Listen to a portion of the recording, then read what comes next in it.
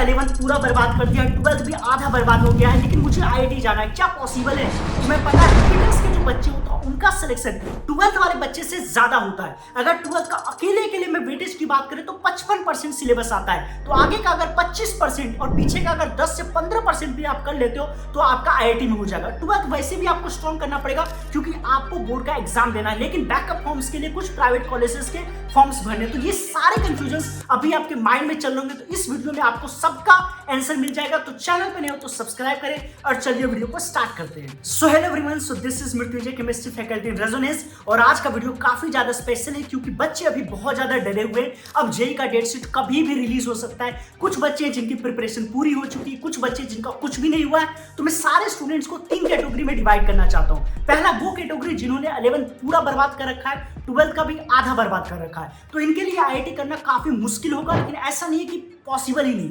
Possible है। आगे चल के मैं इस पूरा वीडियो का जो सामर्थ्य है, जो एकदम समरी है, वो उसी पे रिवॉल्व करेगी। उसके बाद देखो दूसरे वाले बच्चे वो हो सकते हैं जिन्होंने 11th अपना पूरा बर्बाद कर दिया है, लेकिन 12th ठीक ठाक कर रखा है, करेंट पे फोकस है, तो इनका चांसेस काफी ज्यादा होगा। वो भी मैं आगे चल के बताऊंगा कि आपको क्या करना है। और तीसरे वो वाले बच्चे जो दोनों ग्रीन टिक है, मतलब आपका 11th भी स्ट्रॉन्ग है और आपका 12th भी स्ट्रॉन्ग है, तो आपको ज्यादा वरीड नहीं लेना। आपको बस टेस्ट पेपर्स वगैरह टाइमली देते जाना है, मॉक टेस्ट पेपर देते जाना है, and you are good to go. अगर कॉन्फिडेंस की बात करें तो सिर्फ 12th की बेटेस की बात करूं मैं, तो 55% ऑफ सिलेबस ऑफ जेईई में जो क्वेश्चन आते हैं वो 12th का आता है। अब फायदा एक और है कि तुम्हारा बोर्ड का एग्जाम भी होने वाला है, तो उसके लिए तो तुम 12th को पढ़ोगे ही पढ़ोगे, तो डेफिनेटली 12th के जो चैप्टर्स होते हैं वो भी काफी ज्यादा आसान होते हैं। केमिस्ट्री में तो आसान ही है, तो अगर तुम पीवाईक्यूज लगाना स्टार्ट करो, मतलब केमिस्ट्री में 80% जो क्वेश्चन है वो सिर्फ और सिर्फ पीवाईक्यूज से है, तो अगर तुम कुछ भी ना किए हो, पीवाईक्यूज लगाओ जो बार बार क्वेश्चन रिपीट करे, उसको अगर अच्छे से याद कर लेते हो तो तुम्हारा 40-50% तो मार्क्स वैसे ही आ जाएगा। हालांकि ये जो मैंने नंबर बोला था 55, उसको भी सब डिवाइड करके मैं तुम्हें मोटिवेट करता हूं। जैसे मान लो चलो तुमने सब कुछ बर्बाद कर दिया, 25% जो 27% कुछ है उसमें से आगे चल के 25% को तो तुम कमांड कर ही लोगे,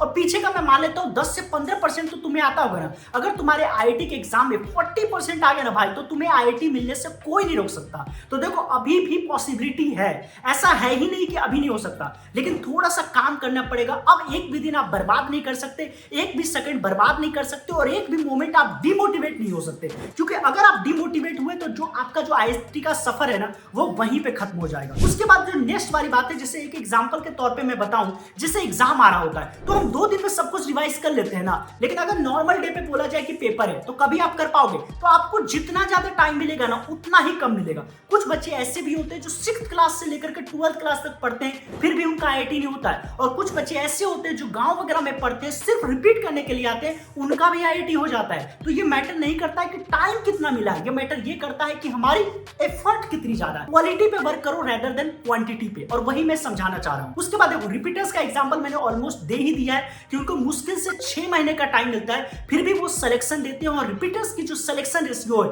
वो फ्रेशर्स के बच्चे, जो बच्चे 12th में पढ़ रहे हैं, उनसे ज्यादा है। तो ये कहीं ना कहीं मोटिवेशन की बात है, क्योंकि उन्हें कुछ ना कुछ पढ़ रखा है। जैसे दीवार होता है ना, तो दीवार को दोबारा से नहीं बनाना भाई, तुम्हें कुछ ना कुछ आता है, तुम्हें भी कुछ ना कुछ 11th का आता है, बस उसकी पॉलिशिंग करनी है। तो अब उसमें कम टाइम लगेगा, तुमने अपनी गलतियों से कुछ ना कुछ तो सीखा होगा, एटलीस्ट पेपर में बैठना तो सीखा ही होगा ना कि क्वेश्चन किस प्रकार के आते हैं, कौन सा इंपॉर्टेंट पार्ट है, ये सब तो तुम्हें पता होगा ना। तो ये ही तुम्हारे लिए वो जो आईआईटी के सफर है ना उसको आसान बनाने वाली। जैसा रिवीजन करने के लिए ऑलरेडी मैंने बता रखा है, डीपीपीस के थ्रू कर सकते हो, टेस्ट पेपर्स के थ्रू कर सकते हो। उसके बाद तुम्हें सबसे ज्यादा हाईली सेलेक्टिव होना पड़ेगा, जिस टॉपिक के सबसे ज्यादा वेटेज है, जो टॉपिक सबसे ज्यादा स्कोरिंग है, अब टॉपिक पे उस पे ध्यान देना पड़ेगा, क्योंकि तुम्हारे पास टाइम की शॉर्टेज है, तुम सब कुछ नहीं पढ़ सकते, पूरा रामायण पढ़ने का टाइम चला गया, तो अब सिर्फ वही पढ़ो जहां से काम आएगा, और उसके लिए सबसे बेस्ट होने वाला है पीवाईक्यूज, पीवाईक्यूज, पीवाईक्यू। मैं बाकी सब्जेक्ट का नहीं बात करता, लेकिन केमिस्ट्री का अगर पीवाईक्यू कर लिए तो तुम्हारा आईआईटी जाने से कोई नहीं रोक सकता। उसके बाद देखो एनसीईआरटी जरूर करते जाओ, बिकॉज कुछ भी हो जाए, 12th का आईआईटी हो ना हो ये सब मायने नहीं रखता, लेकिन बोर्ड का एग्जाम में 75% का क्राइटेरिया होना बहुत बहुत ज्यादा जरूरी है। अगर वो नहीं हुआ तो तुम बोर्ड्स के भी लायक नहीं रहोगे, तो 12th पे तो फोकस करना अब तुम्हारे लिए जरूरी होगा। मैं उम्मीद करता हूं कि 12th का वेटेज काफी ज्यादा और तुम बोर्ड के लिए सीरियस हो गए, तो तुम्हारे लिए जो सफर है वो काफी ज्यादा आसान होने वाला है। अब एंड मोमेंट में यही बोलना चाहूंगा कि कुछ प्राइवेट कॉलेजेस के form as a backup option भी रख देना, ताकि तुम्हारे माइंड में ज्यादा स्ट्रेस नहीं आया कि अगर आईआईटी नहीं हुआ तो क्या होगा।